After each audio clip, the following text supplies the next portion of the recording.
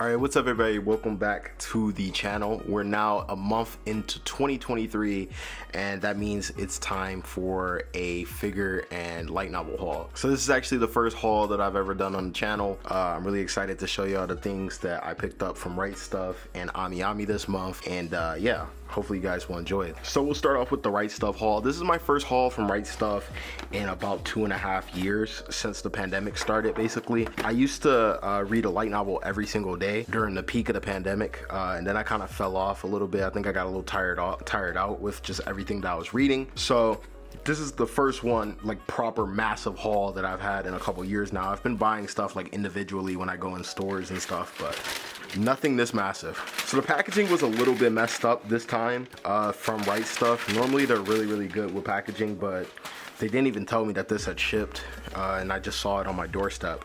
So this is the haul at a glance. I'm gonna take y'all through and just show you some of the things that I picked up. So starting off, we got World's Finest Assassin. This is one of my most anticipated reads. I've been wanting to get into this series really ever since the anime aired a few years ago. It's by the same author as Redo of Healer, and it was one of my favorite shows of 2022 or 2021. I don't even know, man. COVID has just made time go by so quick. But I've got the first 6 volumes here, and actually, funnily enough, I didn't even know I had already bought the first volume a few months ago, so I'll probably have to return this first volume and get something else. Yeah, so I got the first 6 volumes of that, and then I've got Tenten Kakme from this season, which, as y'all know, if you've seen my winter 2023 video, this is my anime of the season right now. I just read the first 2 volumes a couple days ago. I believe I have, so somehow I apparently only got 1 volume of Tenten Kakme. Anyway, next up, Shoukei Shoujo, another one of my favorite dark fantasy light novel series, another one of my favorite recent isekai anime. I really love the ships in this series, the world building, just everything really. The art's gorgeous in the light novel too. Highly recommend checking this one out. Then I've got volumes 2 and 3 of Tomozaki-kun. I actually have had Tomozaki-kun volume 1 since like 2021 when it aired. I think it was like winter 21, and I still have not read it, but now that I'm back on my light novel grind and reading a volume every day, I'll knock these out in no time. Then I've got like 4 volumes of Tensura here. Tensura being one of my favorite light novel series, favorite isekai anime. So I've got volumes 12 through 15 here. I'm like 4 volumes behind, and I think I'm about to be a 5th volume behind, because I think volume 16 is about to come out in English pretty soon. Really need to get back on my Tensura grind, because I was eating so good when I was reading that consistently, man. Next up, another one of my recent favorite light novel and anime series, The Eminence Shadow. I've really been enjoying the anime adaptation of this. Nexus, I think, have done one of the best anime adaptations of a light novel series of all time. Like, no exaggeration. They've really done a good job of taking their time with the source material and just fleshing it out, adding to it. 20 episodes for 2 volumes is really crazy. I mean, that's something that we haven't seen since, I guess, like 86. Another one of the best light novel adaptations ever. Then I've got Overlord volume 12 here. I've been really wanting to get back into Overlord. I think the last time I read Overlord was 2020 or so it's been quite a while. Luckily, season 4 didn't cover too much of Overlord, so I'm not kind of like too behind on that. I don't like watching the anime before I read it in the light novel. I'm kind of weird like that, so I'll have to check this out ASAP for sure. I'm really still wondering how I didn't order volume 3 and 4 of Tenten Kakme. Like, my original order when I was going through it, I was at like $450, and I had to remove a bunch of stuff from my cart because obviously that was crazy. This ended up being about $300 of a haul, which is kind of crazy, but I did get a lot of stuff, and light novels are really good entertainment, so I'm not complaining too much, but I have no idea how I skipped out on that volume. I have to order from Amazon. Anyway, next up, Seirei Gensoki Spirit Chronicles, another one of my favorite recent fantasy series. Ever since I watched this, I think this aired the same season as World's Finest Assassin, and we were eating really good that season, man. I really enjoyed the main character. I thought the setting was, even though it was isekai and fantasy and kind of still that, like, you know, usual setup, it still felt pretty fresh, and I liked the characters a lot. And And then I saw how well received the light novels were, so I just had to cop it. I've been wanting to read it for a while now. But these volumes are like crazy expensive because they're omnibus volumes. So that basically means these are 2 volumes put together in one. They don't sell them individually, which makes these cost more. So I think they're like usually $25 a volume. And I was kind of skeptical about getting on them because of that. But you know, with a Rightstuf haul, I was able to get a discount, so we move. Silent Witch, this is a series that I've been seeing a lot on Reddit, on the r/light novel subreddit. The art's really good. It kind of gave off Majo no Tabi Tabi vibes, the Journey of Elena vibes. And then when I looked at like the premise of it, I thought it was really cool. It's basically about this witch who like has sworn not to talk, and like her whole journey and stuff. It's really an interesting premise. I'm looking forward to reading it. It's got great art and seems to be pretty well received, so we'll see how that goes. Next up, I've got Hamafura volumes 5 and 6. This is another series that I've had for like years. I literally have the first few volumes sitting on my bookshelf right now, which I'm not gonna show y'all because my room is still in an absolute state right now. But once I get it cleaned up, I'm gonna do like a proper, you know, all around the room setup type video where y'all can see like all my shelves and figures and stuff. But I've got volume 6 of this. Really excited to read this. It was another one of my favorite recent fantasy shows. We've been eating really good. Like if you're a fantasy fan, a Tomei fan, Isekai fan, we've had a lot of good stuff lately, and Hamafura was one of my favorites. And then last up in here, we've got SAO, my very first light novel franchise ever, volumes 24 and 25. Now I actually read a little bit of these in Japanese a couple years ago when they came out. My kanji reading is not the best yet, so I didn't understand everything completely, to be honest. I'll reread and hopefully get a much better picture of what's going on. But I'm really liking Unido Ring so far. Alicization was one of my favorite arcs of all time, like in any work of fiction. Unido Ring looks like it's kind of building on top of that, so we'll see where it goes from there. SAO is another franchise though that I haven't read in several years because I've been so behind on my light novels. Let me make sure there's nothing in here. Yeah, that's crazy. I somehow left out Tentenkekme Volume 4. Oh well. All right, on to the figure unboxing. All right, this is my AmiAmi haul for January 2023. I was actually supposed to start off, like I started off this month with like 8 figures that were supposed to come. Several got delayed. I ended up canceling a few, and we basically ended up with 2. These are 2 of my like most hyped figures that I've been waiting on for so long. So I can't wait to show y'all what they look like. Also, if you're new to like buying anime figures, a lot of people always ask like, where should you buy figures from? I personally prefer AmiAmi. They just have really good customer service most of the time, and they tend to be pretty quick in terms of shipping stuff too. Again, most of the time. Also really good packaging. Oh yeah, here we go. All right.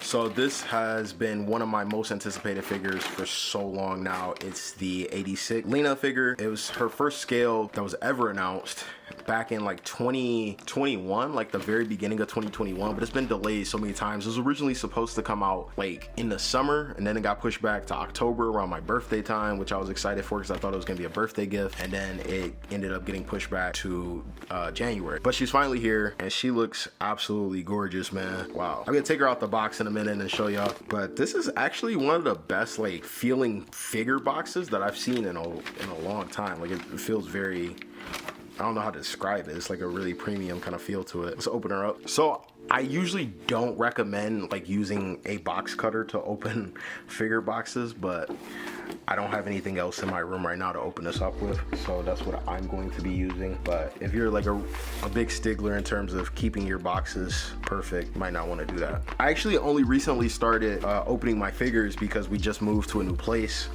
Got my DTOF set up and everything, so I'm finally now able to really like display everything. Oh wow, you can, dude, that smell, that like plasticky smell of your new waifu. So y'all can kind of get a better look at her face there. Open up this plastic. Oh, she comes with a little instruction manual. Something fell. Oh, okay. So this is her arm that she comes with. And there she goes. Wow.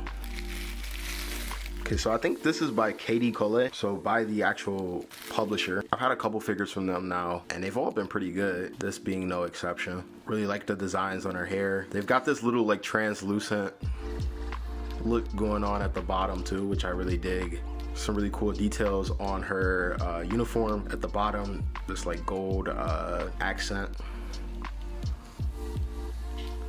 Wow, they really made her pop. This actually is from like promo illustrations from the light novel, and it used to be my profile picture on Twitter for a while, so it's cool to have her in figure form. Let's get her set up. So this is her base. The base is a little bit plain. It's basically just white kind of painted plastic. It feels like kind of high quality plastic though, if that makes sense, like just the way the paint and texture feels. And then of course you've got her hat, which looks really cool. It feels really nice as well. I think this one was $170 basically, 19,000 yen, so really not too bad. I'm not looking at a picture of the figure right now, so I'm not 100% sure if I got it completely on right, but I think so. There's her base. Do a little bit of B-roll in a minute, show y'all what she looks like completely set up. Oh, I just noticed the details on her thighs too, man. Asato, the author, actually, like in the afterword of the first volume, basically went on a little tangent about how much he or she loves garter belts, and thank God for it, for sure. So yeah, that's Lena, best girl from 86, peak fiction. Watch, read 86 if you haven't.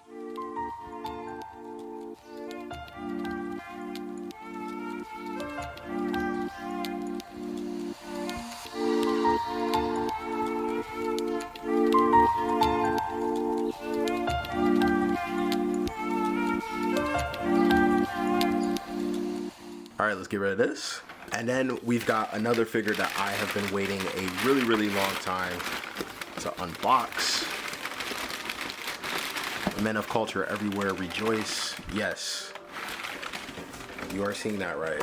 This is Eris Gray Rat from Mushoku Tensei, one of the few tsunderes that I actually like. And this is the first scale from Mushoku and of her that I'm getting, so I'm really excited to open her up. As soon as I saw this pre-order go up, I think this one went up last year on AmiAmi. I just had to jump at this because, come on. I mean, come on. So for the price, I think she ended up being about 15,000 yen, so about 140 bucks or so. Or no, actually she was $180 because I got the collector's edition, which came with this. Came with this limited edition. I don't even know what this is. I think it's like one of those like shikishi boards, which is like a uniquely Japanese like kind of thing that you can hang up in your room or put on your cabinets, whatever. They snapped on this for sure, man. For studio buying. Streets need that season 2 ASAP. And then it comes with I think this is a tapestry, a B2 tapestry, if I'm not mistaken. Eris Boris Gray Rat, swimsuit version, Mushoku Tensei. Yeah, it's a B2 poster, okay. Okay, so Genki's working out. I'm able to read a little bit of Japanese. Let's go. All right, let's open her up. So again, don't necessarily recommend using a box cutter. I'm kind of an idiot. I might have just sliced my box a little bit, but it's all good because I'm not selling her anyway. One thing I would say, man, is Japanese people, like, they are the best packers on earth. You know, just in terms of the efficiency they pack with, in terms of how they protect your items. I have, in all my years of buying stuff from Japan, I think I've only had something arrive damaged once, which was unfortunately it was one of the most expensive things I bought, my Saber figure. I'll tell y'all about that later. Oh man, that plastic smell, I love that. Like, you just know you're getting something fresh, bro. You can damn near smell the sweatshop on it. Let's open this up. It was so confusing when I started opening my figures a couple weeks ago, and like they all had this like 2-pack packaging where they're like pushed together like this with the tape. That was so confusing to me because I'm like, how do you open this? And I ended up just using the box cutters. All right, so right off the bat, I can tell you she is worth every penny that I pay for her. Just the detail in this figure is insane, man.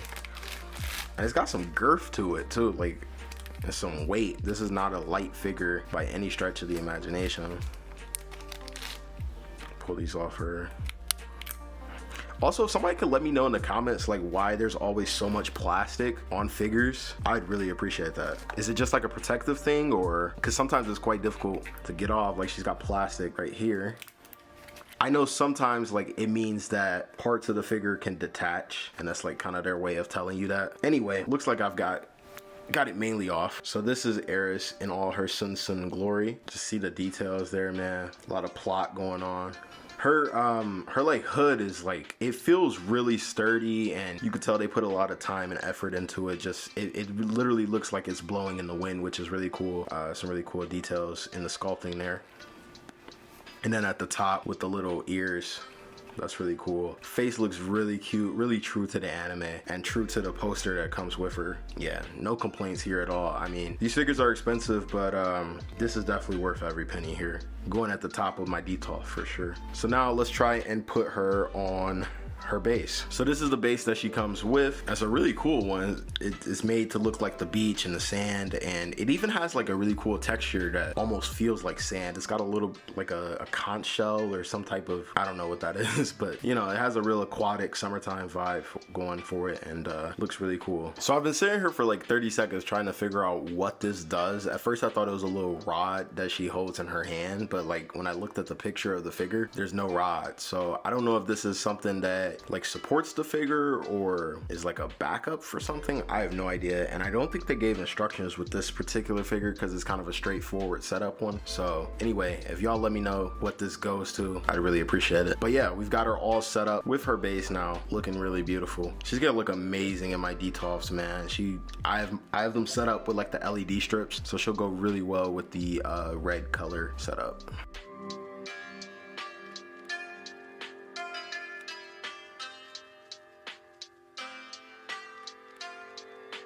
Alright y'all, so that pretty much wraps it up for my very first figure haul and light novel haul on the channel. I hope you guys enjoyed it. I really wanted to do this light novel haul because if you type in haul videos on YouTube, you're mainly going to see people doing manga hauls, and I feel like light novel readers and light novel hauls are not really something that gets brought up a lot on YouTube. So hopefully we can kind of change that, because light novels are master race and they are the source material for so many big shows that have been getting adapted lately. So hopefully, you know, y'all got interested in some of these series, or if you're already on them, you know, let me know what y'all think in the comments. Like I said before, I'm gonna be doing like a wider setup tour of my room with all my figures, with my light novels, my PC setup, maybe even my lighting setup. I just have to kind of clean everything up in here because it's a mess right now. Thank you guys so much for watching. If you want to see more content like this, let me know by leaving a like on the video. Subscribe if you're not already subscribed, and I will see you guys very soon on the next video. Thanks for watching. Catch y'all next time.